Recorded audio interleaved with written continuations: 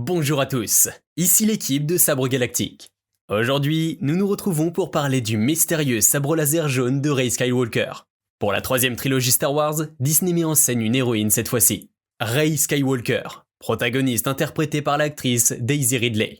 Cette dernière manie la plupart du temps un sabre laser bleu, mais nous fera la surprise d'apparaître avec un tout nouveau sabre laser à la fin, un sabre laser jaune. L'apparition faisait naître beaucoup de théories. Pour conclure l'épisode 9, l'ascension de Skywalker, Rey se rend sur Tatooine, là où l'histoire des Skywalker a commencé. Rey y enterre dans le sable les sabres laser de ses parents spirituels, Luke Skywalker et Leia Organa, reniant son lien avec Palpatine. Sur la planète, elle dira d'ailleurs à une vieille dame lui demandant son nom qu'elle se nomme Rey Skywalker. Juste avant d'être questionnée par cette habitante, la jeune prodige brandit le sabre laser jaune qu'elle a construit. Ce court passage est au cœur de cet article qui va traiter de tout ce qui est lié de près ou de loin à cette arme. Apparence du sabre laser jaune de Rey.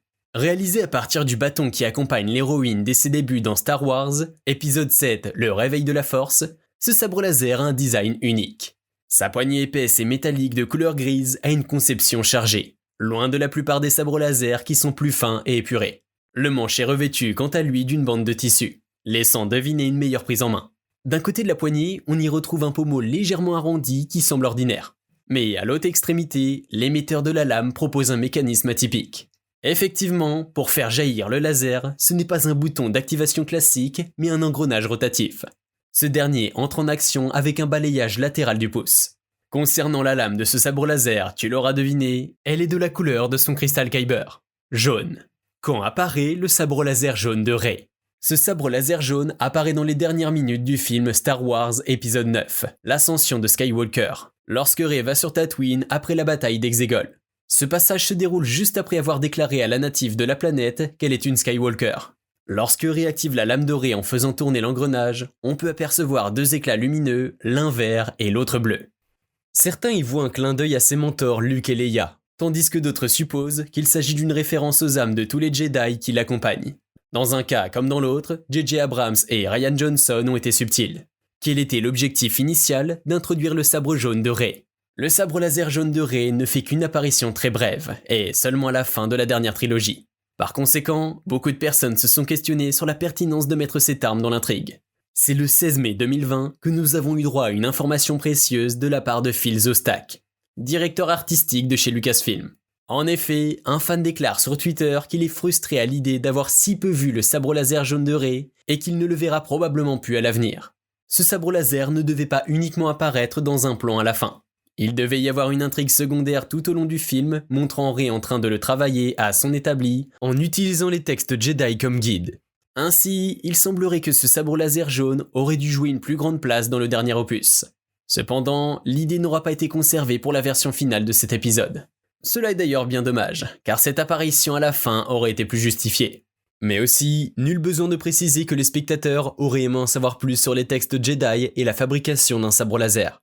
Que signifie la lame jaune pour un sabre laser? Un sabre laser de couleur jaune est généralement synonyme de Jedi Sentinelle.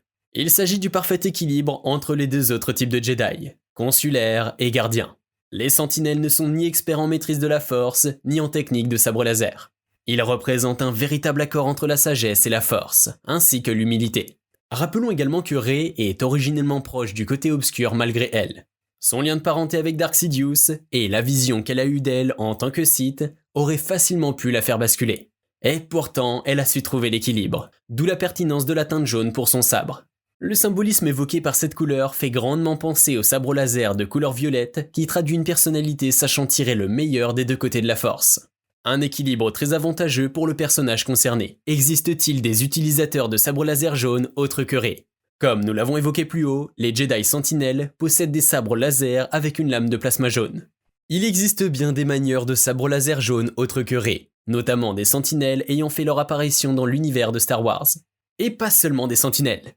Les plus connus sont les gardes du temple Jedi sur Coruscant, se battant avec un pic laser qui est une sorte de double sabre laser. On peut notamment en apercevoir dans Star Wars Rebels. D'autres personnages, comme Asajj Ventress, l'apprenti du comte Dooku, est arrivé à s'en procurer un trouvé sur un marché noir. Il y a également Ahsoka Tano, qui en utilise un en accompagnement d'un sabre laser vert durant la guerre des clones. Dans la 6ème bande dessinée Star Wars, éditée par Marvel Comics, on y voit Luke Skywalker avec un sabre laser jaune. Cette série d'aventures inédites montre Luke au premier plan utilisant ce sabre laser jaune en remplacement. Cela s'explique par le fait qu'il est à la recherche de son sabre laser bleu qui avait appartenu à Anakin. Il l'avait justement perdu face à Vador à la fin de Star Wars épisode 5, l'Empire contre-attaque. Quoi qu'il arrive, le sabre laser jaune est quand même assez rare. Nous n'en avons vu qu'un seul durant quelques secondes sur l'ensemble des 3 trilogies. Concernant l'univers étendu, il n'y en a aussi que très peu. Bien qu'il ne soit apparu que brièvement dans les mains de Rey, ce sabre laser jaune a plus de sens qu'on ne pourrait le penser. Le choix du jaune n'a pas été fait au hasard, et semble logique une fois que l'on s'intéresse à sa signification. Cette dernière colle à la perfection avec le chemin parcouru par notre héroïne. Peut-on penser revoir Rey avec son sabre laser jaune dans d'autres séries annexes ? Rien ne nous laisse y croire pour le moment, mais nous pouvons l'espérer, car la licence n'hésite pas à faire de nombreuses références au passé. D'ailleurs, le jeu vidéo Star Wars Battlefront 2 offre désormais la possibilité de manier le sabre laser jaune de Rey. Au-delà des frontières de la science-fiction, sache que tu peux avoir un sabre laser ayant un faisceau de lumière jaune. Nos modèles de sabre laser réalistes peuvent produire une dizaine de couleurs différentes, dont le jaune. N'hésite pas à aller y jeter un coup d'œil si tu souhaites brandir un sabre laser de cette teinte. Allez, on se retrouve prochainement pour une nouvelle vidéo. Et n'oubliez pas, que la force soit avec vous.